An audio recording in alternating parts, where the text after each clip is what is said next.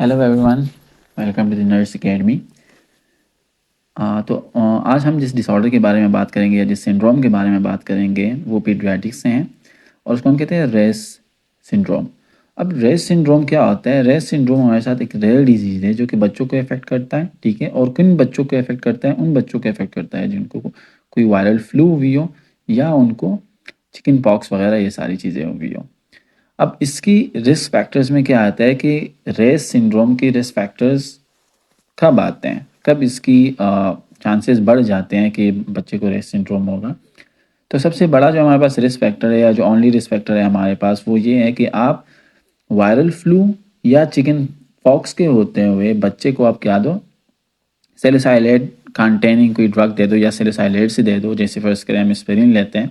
तो अगर किसी बच्चे को वायरल इलनेस है, कोई भी वायरल इलनेस है, ठीक है, उसमें आपने उसको एस्पिरिन दिया। अब एस्पिरिन जब दिया तो आपके पास क्या बढ़ गए? रिस्क बढ़ गए सिंड्रोम के। अब ये सिंड्रोम जो है हमारे पास मोस्टली अफेक्ट करता है दो ऑर्गन्स को। एक हमारे पास ये अफेक्ट करता है ब्रेन को और सेकंड ये अफेक्ट करता है हमारे लिवर को।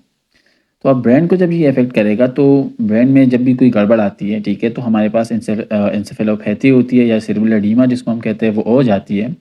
तो इसकी सिम्टम्स जो ब्रेन में ये सिम्टम्स कॉज करते हैं उनको याद करने के लिए हमारे पास एक न्यूमोनिक है जिनको हम कहते हैं child.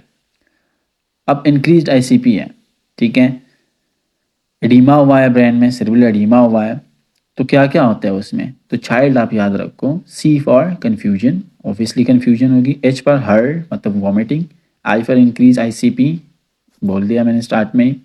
L for lethargy and irritability, obvious बात है।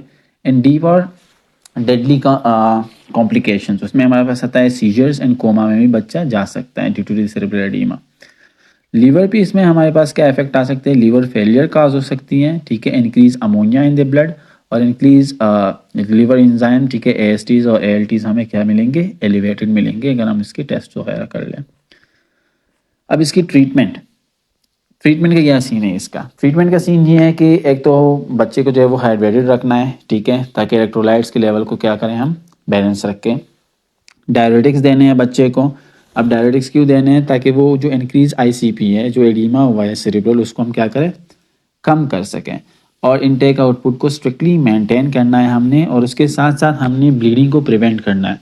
अब ब्लीडिंग को क्यों प्रिवेंट करना है? क्योंकि लिवर फेलियर अगर हुआ है तो क्लॉटिंग फैक्टर्स तो नहीं होंगे।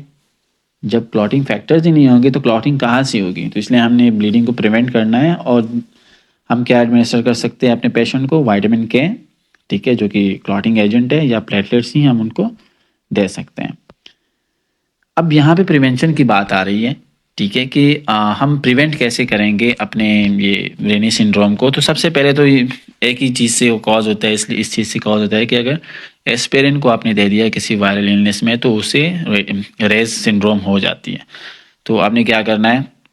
आइबुप्रोफेन वगैरह देना है इंस्टेड ऑफ एस्पिरिन, ठीक है। अगर बच्चा जो है बीमार है, उसको कोई वायरल इलनेस हुई है और उसके साथ साथ उसको कोई फीवर वगैरह आ रहा है, आपने क्या करना है?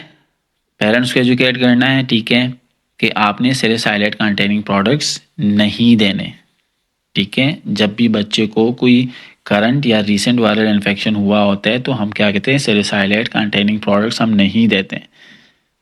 सही है, तो इसकी क्या हुई? प्रिवेंशन हो गई। होप कि आप लोगों को कुछ समझ आया होगा।